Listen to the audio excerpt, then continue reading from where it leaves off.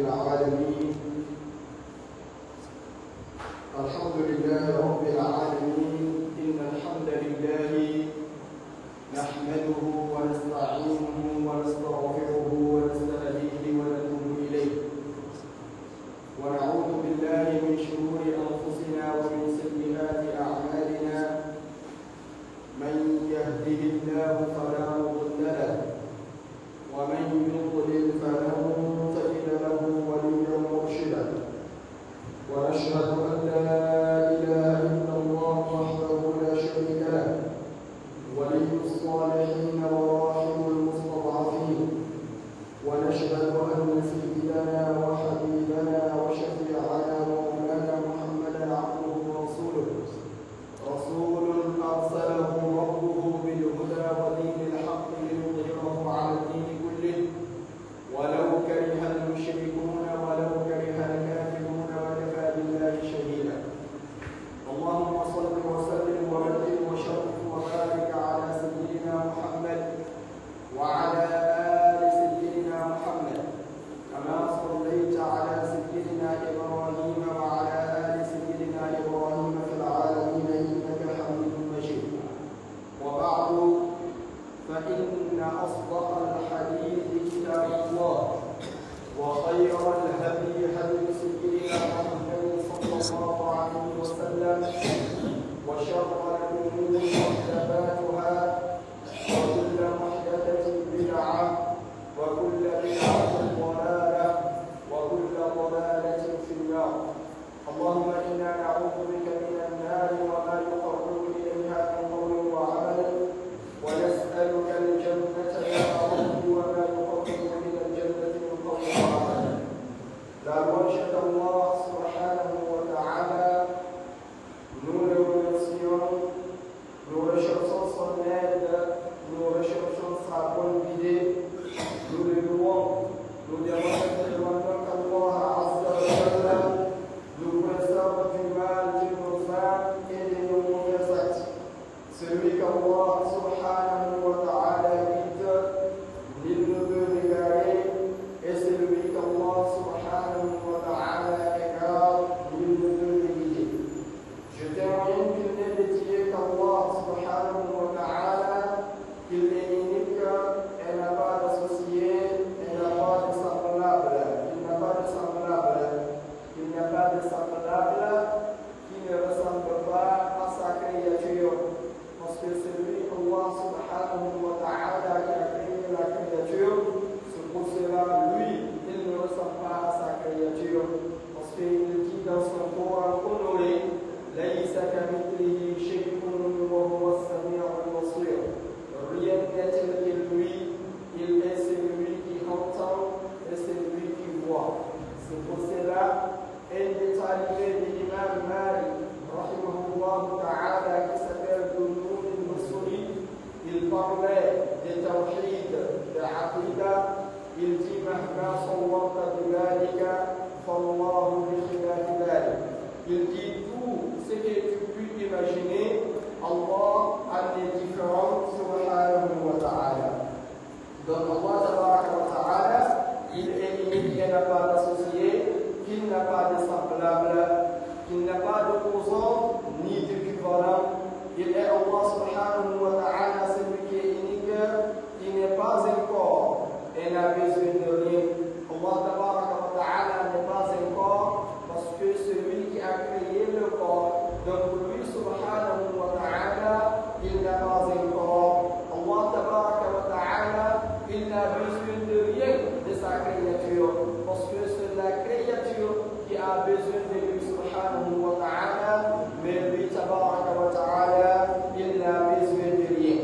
Celui qui n'engendre pas et qui n'a pas engendré, lam yalid wa lam yulad, celui qui n'a nul équivalent, wa lam yakun lahu kufuwan ahad subhanahu wa ta'ala. Je témoigne que notre maître, notre bien-aimé, notre guide, la cause de notre joie, Muhammad sallallahu alayhi wa sallam, est l'esclave d'Allah et son messager, c'est lui qu'il a éligé, qu'il a agréé le plus, c'est lui qu'Allah a envoyé en tant que miséricorde pour le monde. Il a transmis le message rester acquitté de ce qui lui a été confié et apporter le message à la communauté. Que Dieu le rétribue pour nous du meilleur de ses dons qu'il a rétribués et de ses prophètes. Pour Allah, honore et élève davantage en degré et apporte tes bénédictions à notre maître Mohammed ainsi qu'à tous ses frères prophètes. Mes chers frères d'Islam, je vous salue la salutation des musulmans, la salutation des âmes au paradis. Ça, c'est vous dit Assalamu alaikum wa rahmatullahi wa barakatuh. On remercie Allah tabaraka wa ta'ala, c'est lui qui nous a donné la chance d'être des musulmans. Parce que ça, c'est une chance. Allah subhanahu wa ta'ala facilite à celui qui veut. Ce n'est pas toi qui tu veux être musulman seulement, mais plutôt c'est Allah tabaraka wa ta'ala qui va te guider envers cette religion qui s'appelle Islam. Cette religion qui est la religion qui est acceptée d'Allah subhanahu wa ta'ala, comme il dit dans son Coran honoré, Inna ad-dina inda Allahi l'Islam. La religion acceptée d'Allah subhanahu wa ta'ala, c'est la religion islam. Donc la religion islam, c'est la religion de tous les prophètes aussi, du notre père Adam alayhi salam au notre maître Mohammed al-Amin sallallahu alayhi wa sallam. Donc si toi, Allah tabaraka wa ta'ala t'a guidé à cette belle religion qui était la religion de tous les prophètes, donc tu dois remercier Allah tabaraka wa ta'ala, celui qui t'a donné la chance d'être parmi les musulmans. On remercie Allah tabaraka wa ta'ala aussi qui nous a facilité, nous qui est là, d'être parmi les gens qui entendent le mu'addin quand il dit hayya ala salat ou bien quand il dit hayya ala salat. Nous, on laisse nos travail, on ferme nos boutiques, on laisse nos magasins, on répond à cet appel aussi. Ça aussi, c'est une autre chance, c'est une autre bienfait qu'Allah tabaraka wa ta'ala nous a accordé. Parce qu'il y a combien de musulmans qui entendent le mu'addin di hayya ala salat ou bien qui entendent le mu'addin di hayya ala falah, mais ils n'acceptent pas de laisser leur boutique, ils n'acceptent pas de quitter leur maison, ils n'acceptent pas de quitter leur magasin pour venir accomplir ces prières dans les mosquées. Alors ça, c'est une grande chance. Parce que le prophète sallallahu alayhi wa sallam a dit dans un hadith, Salatul Jama'a afdalu min Salatil Fardhi bi 27 daraja. Il dit sallallahu alayhi wa sallam, la prière en groupe est meilleure que la prière individuelle de 27 degrés. Quand toi tu pries dans ta boutique, quand tu pries dans ta chambre ou bien dans ton magasin, et l'autre laisse ta boutique, laisse son boulot et vient prier à la mosquée, donc lui il a 27 degrés plus que toi qui as prié dans ta maison ou bien dans ta boutique. Donc ça aussi c'est une grande chance. On remercie Allah tabaraka wa ta'ala sur ça. Et aussi, nous qui sommes là, Allah tabaraka wa ta'ala nous a donné aussi une autre chose. Quoi? On a prié le Maghrib, on est là assis à attendre le Isha. Pourquoi? Pour écouter la parole d'Allah subhanahu wa ta'ala, pour écouter la parole de notre prophète sallallahu alayhi wa sallam et gagner 7 degrés. Ça aussi c'est une autre chose. Parce qu'il y a beaucoup de musulmans qui ont prié ici, mais Allah n'a pas donné la chance de s'asseoir, d'écouter cette prêche, donc ils ont retourné. Peut-être qu'il y a parmi eux qui sont allés s'asseoir devant les télévisions, suivre les matchs de football, ou bien aller s'asseoir, parler du politique, ou Dieu n'a pas s'asseoir là-bas pour parler des choses qui ne sont pas bonnes. Mais nous aussi, d'ici à la prière de Isha, on nous sûr qu'Allah tabaraka wa ta'ala va nous récompenser, Inch'Allah, parce que ça c'est une grande chose.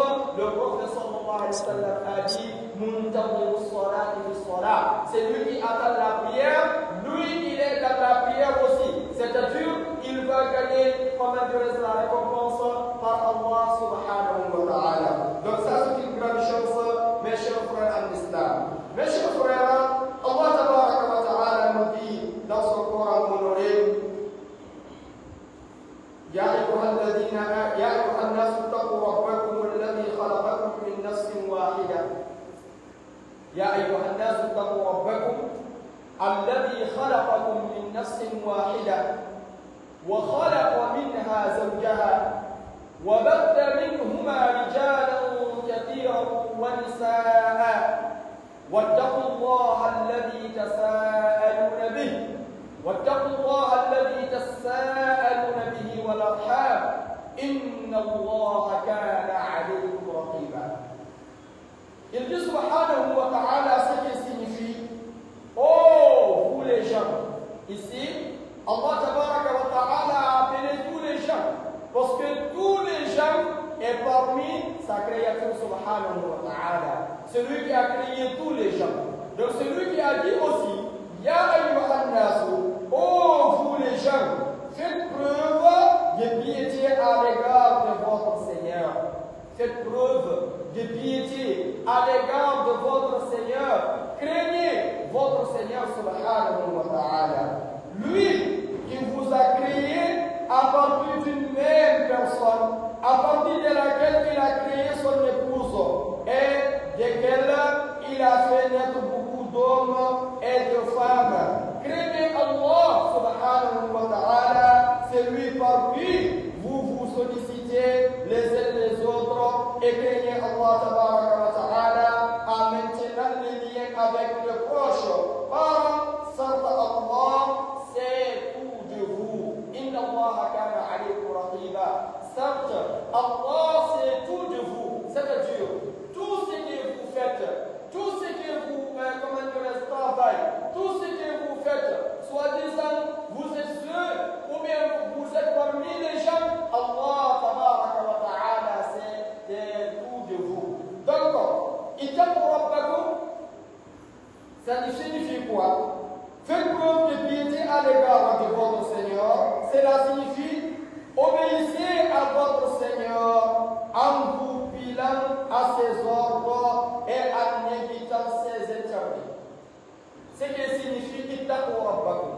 Quand on te dit ittaqillah, quand on vous dit ittaqullah, chaque vendredi, le imam qui fait le khutbah nous dit oh vous les gens, je vous conseille ainsi que moi-même de faire quoi? De faire preuve de piété à l'égard d'Allah subhanahu wa ta'ala. Ce qui signifie faire preuve de piété à l'égard d'Allah tabaraka wa ta'ala, c'est quoi? C'est obéir à votre Seigneur en vous pilant à ses ordres et en évitant ses interdits. Chaque musulman, même s'il est parmi les gens qui sont convertis à l'islam, c'est-à-dire il n'a pas né dans l'islam, mais plutôt Dieu a donné la chance de se convertir à l'islam, si il a resté dans cette belle religion 1 mois, 2 mois, 3 mois, ou bien 6 mois, quand tu le demandes, connais-tu les ordres d'Allah tabaraka wa ta'ala? Connais-tu les interdits d'Allah subhanahu wa ta'ala? Certes, il va te répondre oui. Il n'y a pas un musulman qui dit moi je ne sais pas ce que Allah tabaraka wa ta'ala m'a ordonné de faire.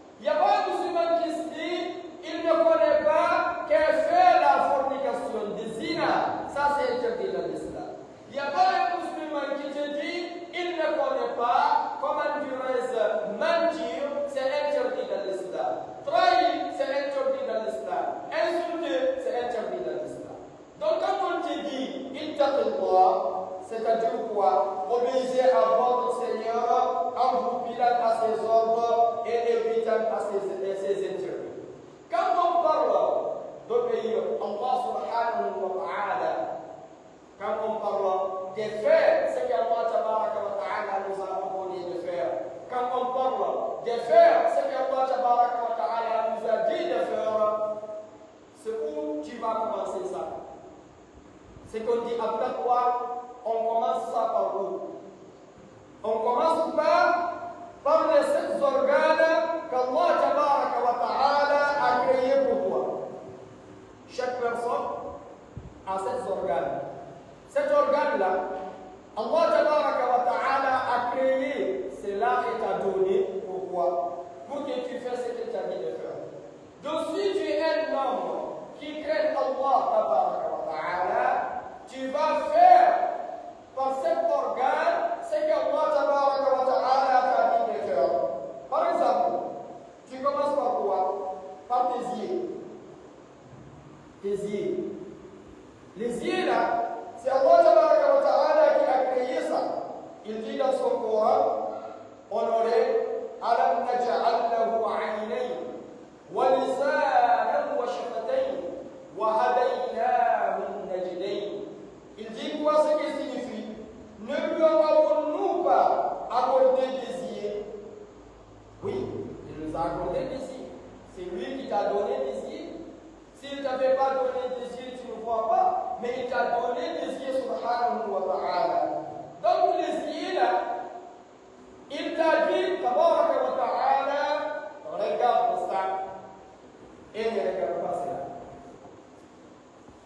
Parce que dans son Coran, il dit au prophète sallallahu alayhi wa sallam, قل للمؤمنين يغضوا من أبصارهم ويحفظوا فروجهم. Oh Muhammad, dis à les croyants de baisser leurs yeux. Donc, si tu crains Allah Tabaraka wa Ta'ala, c'est ici d'abord que tu vas commencer.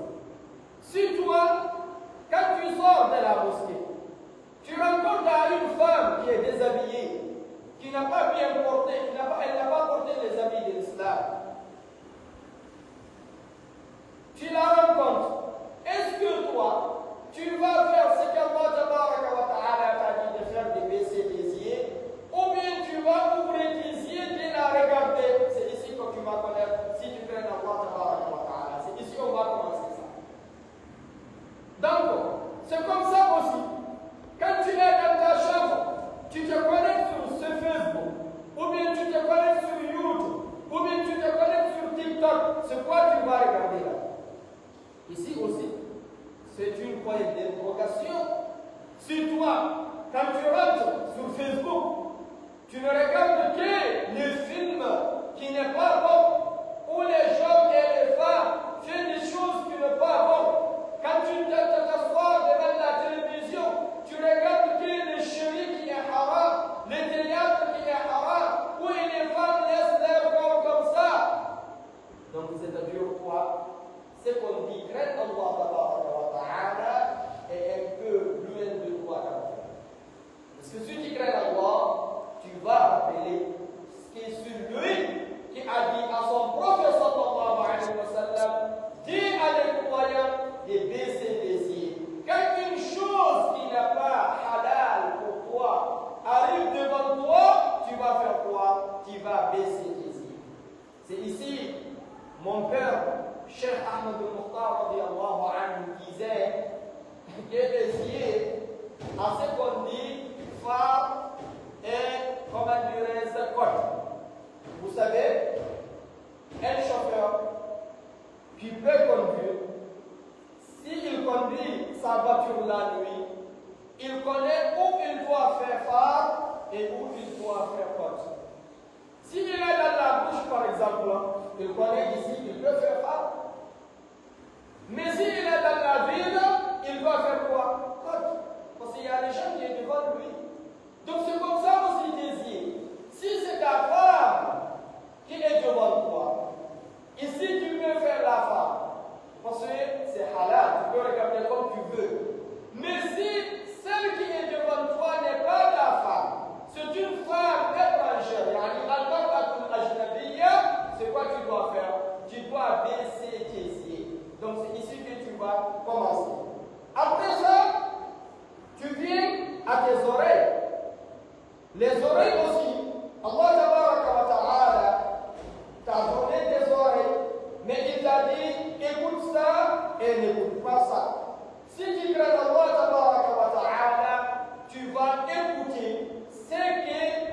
t'a dit d'écouter et tu vas laisser d'écouter ce qu'il t'a interdit. Par exemple, tu peux écouter le Coran, tu peux écouter la sunna du prophète, tu peux écouter les ulama, tu peux écouter ce qui est bon.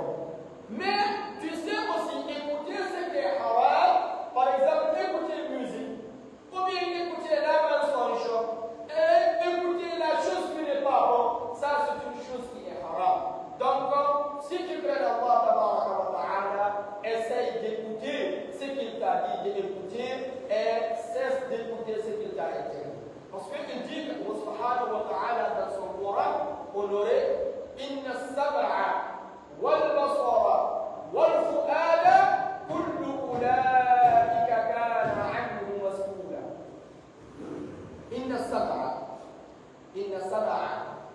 wal basara wal fu'ada kullu ulaika kana anhu mas'ula. Ce qui signifie son nouille, sa vie et son corps et son cœur, sur tout cela, il aura de compte à rendre. C'est-à-dire, ce que tu étais à écouter, tu vas rendre compte de ça demain. Lorsque tu t'arrêtes pour rendre compte, parce que vous savez, on attend un jour qui s'appelle la jour de résurrection. Donc, cet jour, on va te juger. Il y a la balance devant toi. Donc, tu as le compte à rendre de ce que tu as regardé et de ce que tu as écouté. Parce qu'il y a les anges sur toi qui vont là aussi pour toi, pour écrire, pour suivre ton travail. Quand tu fais quelque chose bien, ils vont écrire. Et quand tu fais quelque chose mal, ils vont écrire. Donc après ça, ta bouche aussi. Tu dois gérer la langue. Regardez ce que tu parles et choisir ce que tu parles et ce que tu ne parles pas. Parce que Allah dit subhanahu wa ta'ala dans son Coran honoré, ما يلفظ من قول إلا لديه رقيب عتيد. ما يلفظ من قول إلا لديه رقيب عتيد. Pas une parole qu'il prononce, pas une parole qu'il prononce, pas une parole que la personne prononce sans qu'il n'ait auprès de lui raqib et atid.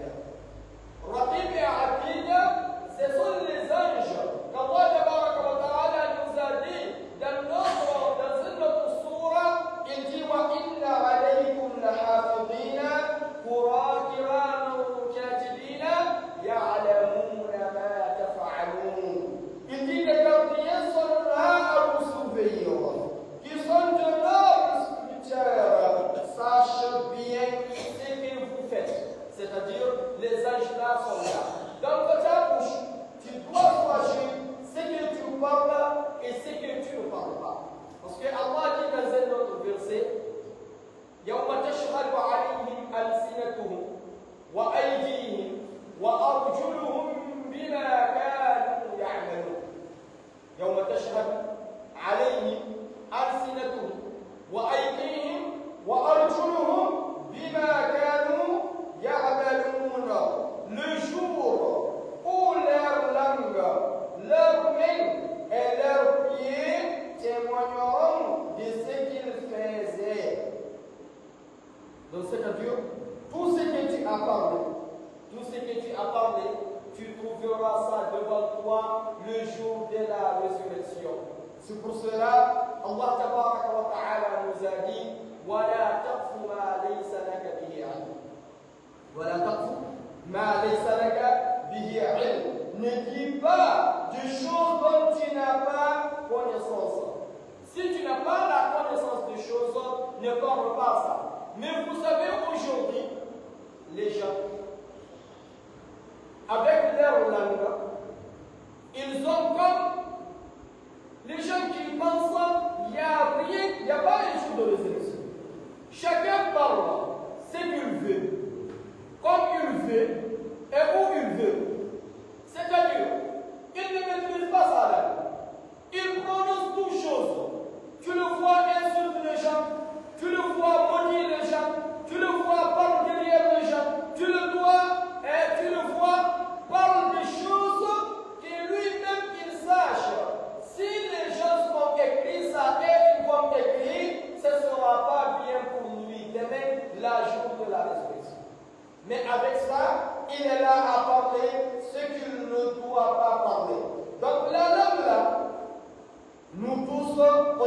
essayer de maîtriser la langue. Parce que on avait demandé le prophète sallallahu alayhi wa sallam, c'est quoi sur les sujets de la chose qui fait plus rentrer les gens dans l'enfer.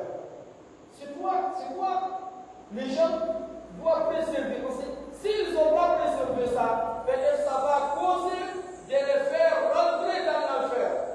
Le prophète sallallahu alayhi wa sallam a dit ces deux choses. Quoi? Il dit la bouche et le sexe. C'est les deux choses-là qui vont faire beaucoup rentrer les gens en enfer. C'est pour cela le prophète sallallahu alayhi wa sallam a dit dans un autre hadith, من كان يؤمن بالله واليوم الآخر فليقل خيرا أو ليصمت. من كان يؤمن بالله واليوم الآخر فليقل خيرا أو ليصمت. Il dit quoi? Celui qui croit en Dieu et en le jour dernier, qu'il dise du bien ou bien qu'il se tait. Si tu ne peux pas parler quelque chose qui est bien, ferme ta bouche. Si tu ne peux pas parler quelque chose qui sera, comment dire, qui sera récompensé par Allah tabaraka wa ta'ala, une chose qui est très bien pour toi, ferme, comment dire, ta bouche.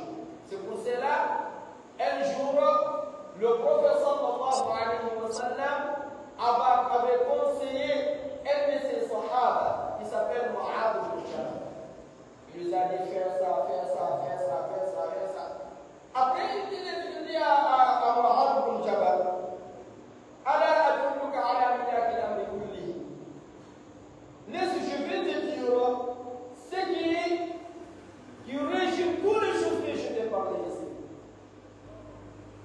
Dis-moi, prophète sallallahu alayhi wa sallam, le prophète a dit garde ça, c'est-à-dire ta langue, essaye de garder ta langue. Mu'adh a dit وإنا لمؤاخذون بما تتكلم بها ألسنتهم. Encore, ce qu'on a parlé en conférence a écrit de même aussi. C'est quoi le prophète nous a répondu? تكلت يوم هل يكب الناس على وجوههم إلا مناخر ألسنتهم.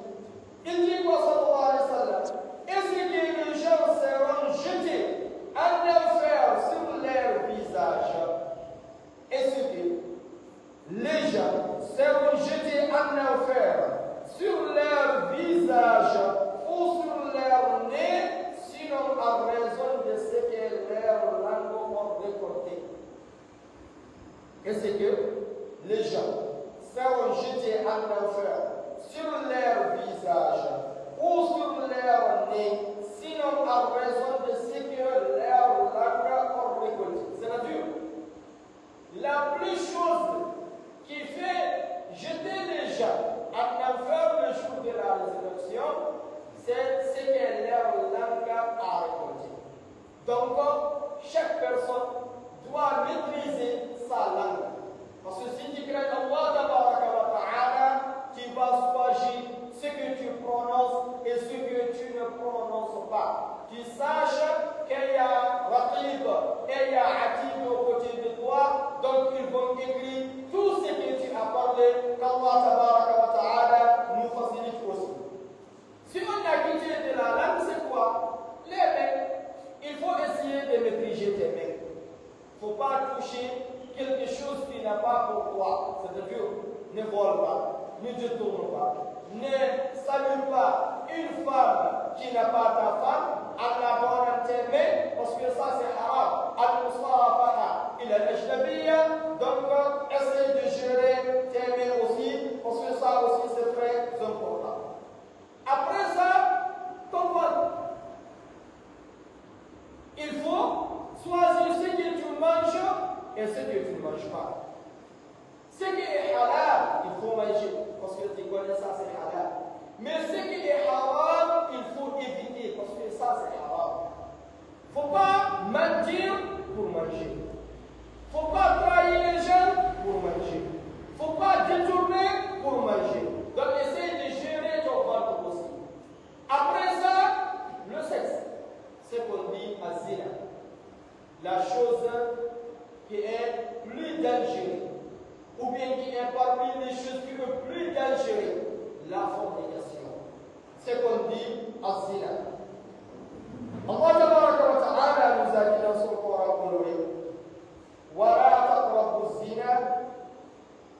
إنه كان فاحشة ومقتا وساء سبيلا ولا تقربوا الزنا. Beaucoup de péchés, Allah tabaraka wa ta'ala nous dit إياكم ولا تفعلوا, ne faites pas. Mais ici, الزنا, il nous a dit quoi? ولا تقربوا. ولا تقربوا الزنا, ce qui signifie quoi? Ne vous approchez pas de la fornication.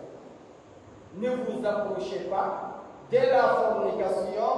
Certes, c'est une abomination et c'est une mauvaise voie. Quand on parle de ne pas approcher la fornication, on dit ici, même une nuit que tu fais avec une femme qui n'est pas ta femme dans l'islam, c'est une grande danger. Parce que si tu n'as pas repenti à Allah tabaraka wa ta'ala, il lui demande de te pardonner et il te pardonne, ça va provoquer de te jeter à l'enfer. Ça c'est une seule nuit, tu fais la fornication. Mais ici, en Afrique centrale et dans quelques pays, tu vois, ou bien tu entends. Tu entends un musulman qui vit avec une femme qui n'a pas sa femme. Il vit avec elle. On ne parle pas, il, comment dirais-je, loue une chambre, dans une seule nuit, aller à l'hôtel, faire fornication avec elle. Non, il vit avec elle dans une chambre. Il la dépense aussi par jour. Comme c'est sa femme dans l'islam. Il y a certains qui vivent avec les femmes qui n'ont pas leur femme 5 ans, 10 ans, 15 ans. Il y a certains qui font quoi? Qui peuvent même avoir les enfants qui n'ont pas leur fils dans l'islam, mais ils ne craignent pas Allah tabaraka wa ta'ala. Ils ne rappellent pas le jour de la résurrection. Ils couchent avec une femme qui n'a pas sa femme dans l'islam. Et le matin, il prend 10 000 ou bien 20 000, il donne de ça, il sort, il va prier le dehors, le asr, et c'est la femme là qui prépare pour lui à manger. Elle amène aussi, ou bien qu'il retourne manger aussi. Il revient au marché, elle fait son maghrib, et son isha, et puis quoi? Il retourne chez cette femme aussi. Subhanallah. Subhanallah. C'est une chose qui est très dangereuse. Si Allah tabaraka wa ta'ala n'a pas pardonné à ces personnes, ce que l'attend est très douloureux. C'est un châtiment douloureux qui l'attend le jour de la résurrection. Parce que une seule nuit, on parle d'une seule nuit, tu dois être peur. Est-ce que moi, Allah va me pardonner ce que je fais ou bien s'il ne me pardonne pas? Une seule nuit avec une femme qui n'est pas ta femme. Et si c'est une femme qui n'est pas ta femme, tu restes avec elle 5 ans, 10 ans, comment peux-tu retourner vers Allah subhanahu wa ta'ala? Ça sera très très difficile. C'est pour cela, Ibn Mas'ud radiyallahu ta'ala anhu avait demandé au prophète sallallahu alayhi wa sallam un jour, il dit, je demandais au prophète quel était le péché le plus grave selon le jugement de Dieu. Selon le jugement de Dieu, quel est le péché le plus grave? Le péché le plus grave selon le jugement d'Allah subhanahu wa ta'ala. Sayyidina Abdullah ibn Mas'ud a demandé ça au prophète sallallahu alayhi wa sallam. Le prophète a répondu quoi? La première chose qui est plus grave selon le jugement d'Allah tabaraka wa ta'ala, huwa an taj'ala lillahi niddan wa huwa khalaqak. An taj'ala lillahi niddan wa huwa khalaqak. Que tu attribues un associé a dit, alors que celui qui t'a créé, tu attribues un associé à Dieu, c'est-à-dire tu adores quelque chose qui ne peut pas dire subhanahu wa ta'ala. Parce que vous savez, tous les péchés, Allah peut pardonner son esclave, sauf ce qu'on dit à Shirk billah. Inna Allah la yaghfiru an yushraka bihi wa yaghfiru ma duna dhalika liman yasha. Donc, comment dirais-je, attribuer un associé à Dieu est le péché le plus grave selon le jugement d'Allah ta'ala. Après, Allah a dit, je lui dis, certes, c'est le plus grave. Et après ça, c'est quoi? Le prophète sallallahu alayhi wa sallam a dit quoi? An taqtula waladaka makhafata an yata'ama ma'ak. C'est-à-dire que tu tues ton propre enfant de peur qu'il ne prenne de ta nourriture. Tu tues ton enfant parce que tu peur, s'il grandit, est-ce que tu auras quelque chose à lui donner? Est-ce que tu peux le dépenser? Est-ce que tu peux lui donner quelque chose à manger? Ça aussi, c'est un grand péché. Aujourd'hui, on peut justifier ça à une telle chose. Par exemple, un père dit à son fils, il faut passer par la mer pour aller à Europe, par exemple. Et il sache, parmi les gens qui passent là-bas, dans 100 personnes, c'est 2 personnes qui vivent. 96 ou bien 97 personnes perdent leur âme. Et puis lui, il dit son fils de rentrer sur ça. Si le fils est mort là-bas, c'est lui qui l'a tué. Parce que l'argent qu'il le donne pour aller en Europe, s'il avait donné ça à son fils, il peut se débrouiller chez lui. Donc ça, c'est une grande chose. Donc le troisième, Abdullah bin Mas'ud a demandé le prophète sallallahu alayhi wa sallam, et quoi? Le prophète a dit, quoi? Que tu commettes la fornication avec la femme de ton voisin. Tu commets la fornication avec la femme de ton voisin. C'est-à-dire, mais fais la fornication aussi à une femme qui n'est pas ta femme. Ça aussi, c'est les choses qui est plus dangereux. Et parmi les choses qui est plus dangereux. Donc, on doit, comment dire, s'éloigner de ça, parce que c'est une chose qui est interdite.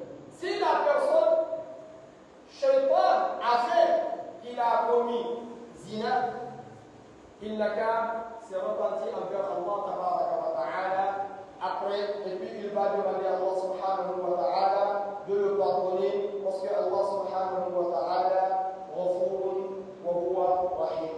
Donc, les 7 organes-là, tes yeux, tes oreilles, ta bouche, tes mains, ton ventre, le sexe, tes pieds, quand tu maîtrises les 7 organes-là, tu maîtrises ça.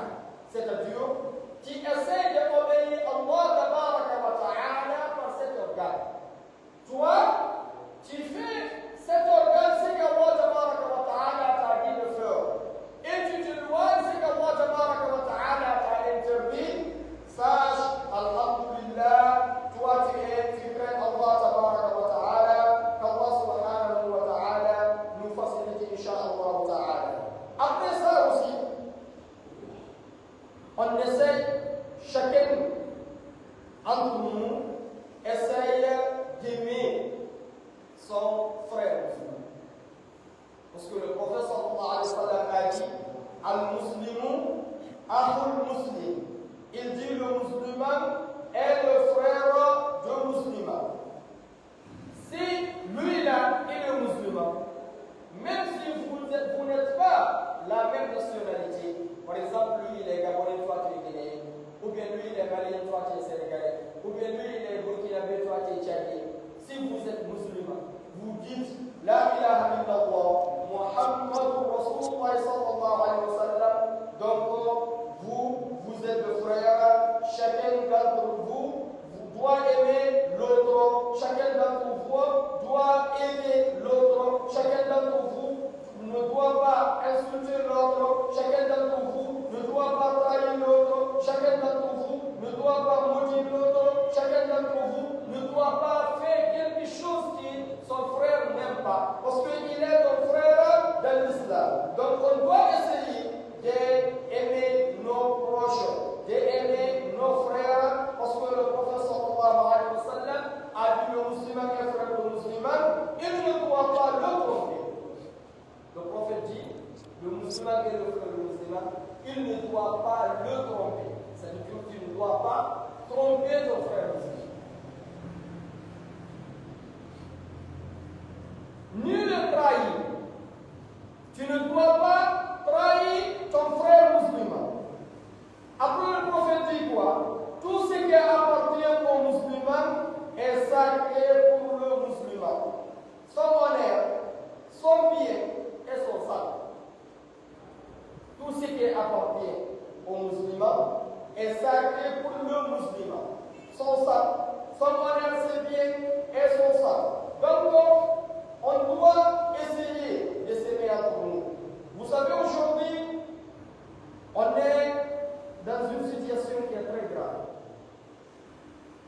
Tu vois les musulmans, chacun d'entre eux déteste l'autre. Tu vois les musulmans, chacun d'entre eux, il y a la haine pour son frère musulman. Il ne veut pas voir son frère musulman évoluer. Il ne veut pas voir son frère musulman gagner d'argent. Il ne veut pas voir son frère musulman réussir dans sa vie. Lui, il déteste son frère musulman et il est là à dire que lui, il est un bon musulman. Comme je dis souvent, on ne peut pas savoir si la personne là est un bon musulman ou pas dans les mosquées.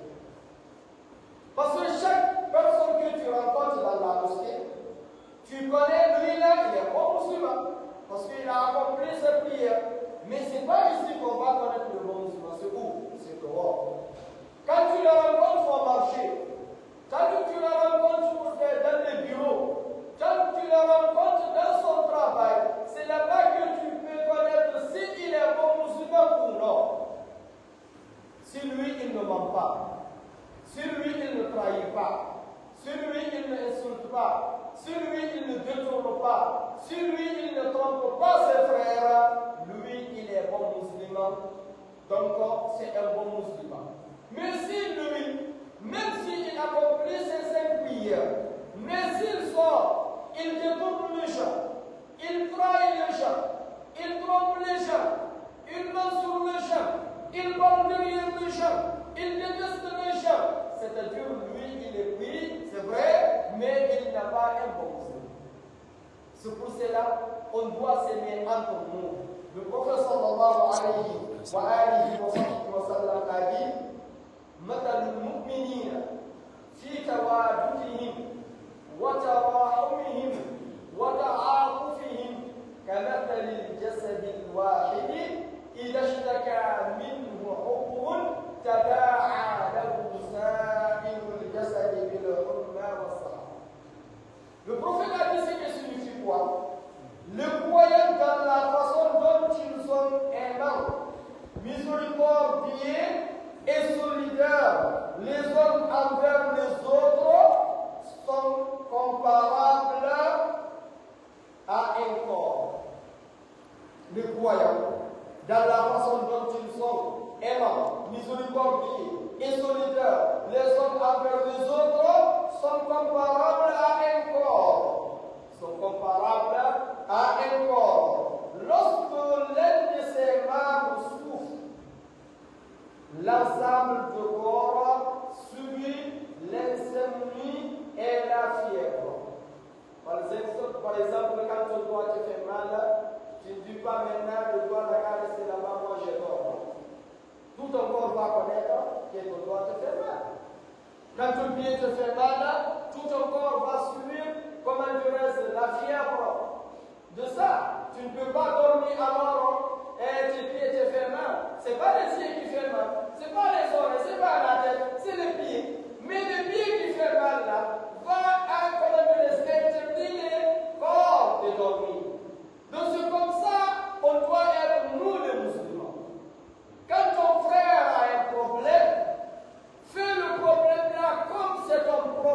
foi. Quand ton frère a une difficulté, fais la difficulté, c'est comme ta difficulté.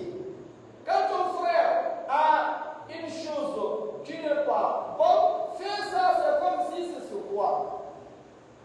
Et ça, c'est pas dans, comment dire, la communauté. Parce que quand on parle de communauté, il y a quelque chose avant la communauté d'abord. Avant qu'on parle, lui il est guinéen, moi je suis guinéen. Avant qu'on parle, lui il est sénégalais, moi je suis sénégalais. Avant qu'on parle, lui il est gabonais, moi je suis gabonais. Il y a là-bas quelque chose d'abord. Lui il est musulman, moi je suis musulman. L'islam est plus que tout. Si quelqu'un est musulman, c'est-à-dire vous êtes tous des frères, vous devez, comment dirais-je, s'aimer entre vous, vous devez se respecter entre vous, vous devez, comment dirais-je, quelqu'un entre vous ne doit pas trahir l'autre. C'est pour cela, le prophète sallallahu alayhi wa sallam nous a indiqué dans un hadith qui est très très riche.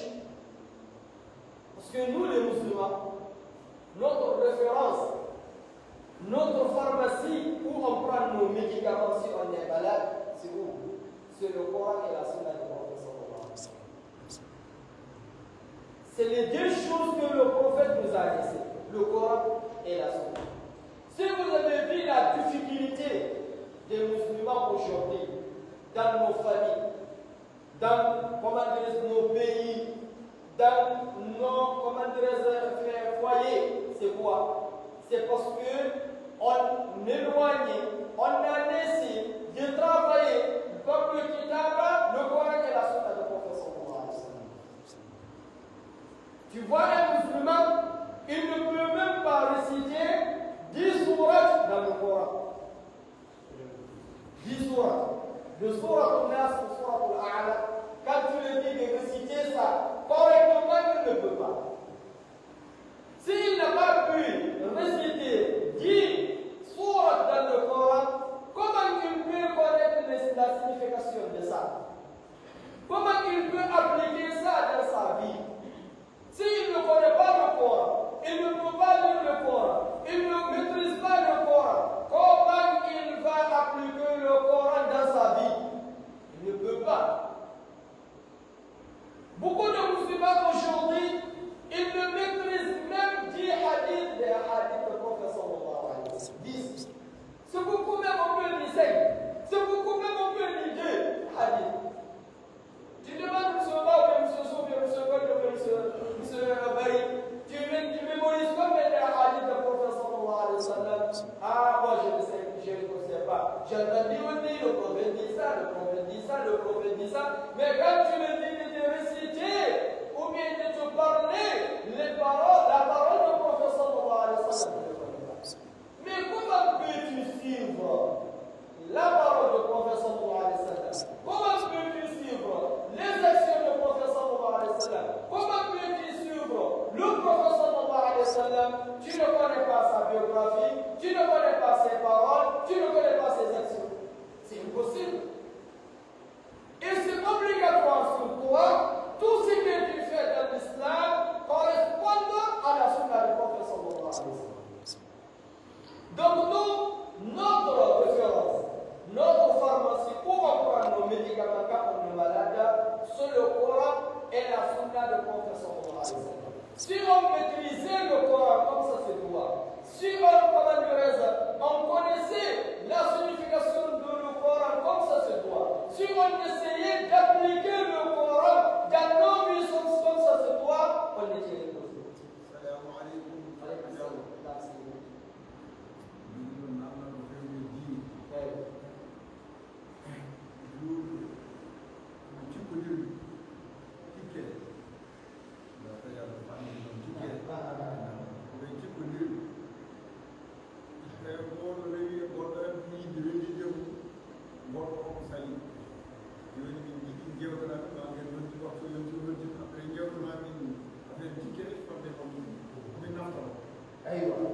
Donc, c'est très important ce qu'il a demandé ici.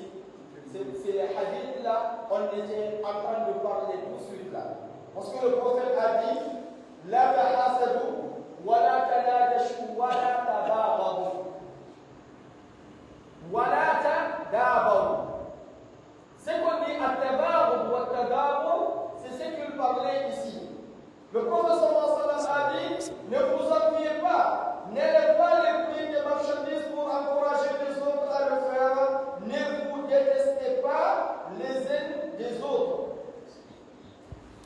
Ne vous détestez pas les uns et les autres. Pode pause, professor, tá? Não, pause.